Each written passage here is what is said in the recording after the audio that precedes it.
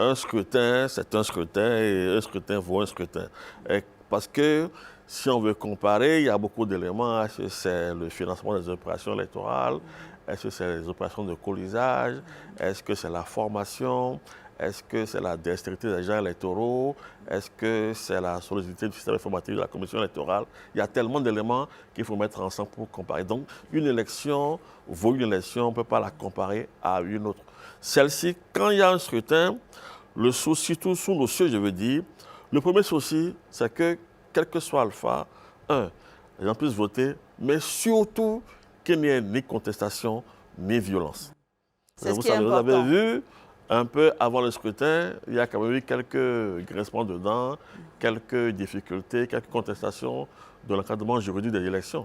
Certains pouvaient profiter, n'est-ce pas, du scrutin pour exprimer leur frustration. Ça n'a pas été le cas. Je dis chapeau à tout le monde. Les partis politiques, de la mouvance, de l'opposition, la société civile, la commission électorale, le gouvernement, le Parlement, la HAC, chacun a essayé dans son couloir jouer sa partition pour qu'on en soit là aujourd'hui. En matière électorale, nous commettons tous une erreur. Une des erreurs générales, c'est que nous jugeons sur la base du bout de scrutin que nous avons vu.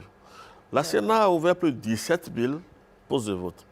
Donc, a priori, si vous n'avez pas vu les 17 000 postes de vote, vous devriez être prudent. Quand on observe, on voit combien de postes de vote dans la journée. Quand vous êtes très très fort, peut-être 20 postes, 15 postes. Sur 17 000, vous voyez le ratio, ce n'est pas solide. Maintenant, vous allez parler peut-être sur la base de ce que vous avez vu. Moi, pour ce que j'ai vu, globalement, ça va. Maintenant, c'est un processus. On s'améliore, on se bonifie au fur et à mesure. Si on a des agents électoraux de bonne qualité, stables, et conformes dans la récurrence régulièrement. C'est la première fois que la Sénat organise 2 scrutins le même jour.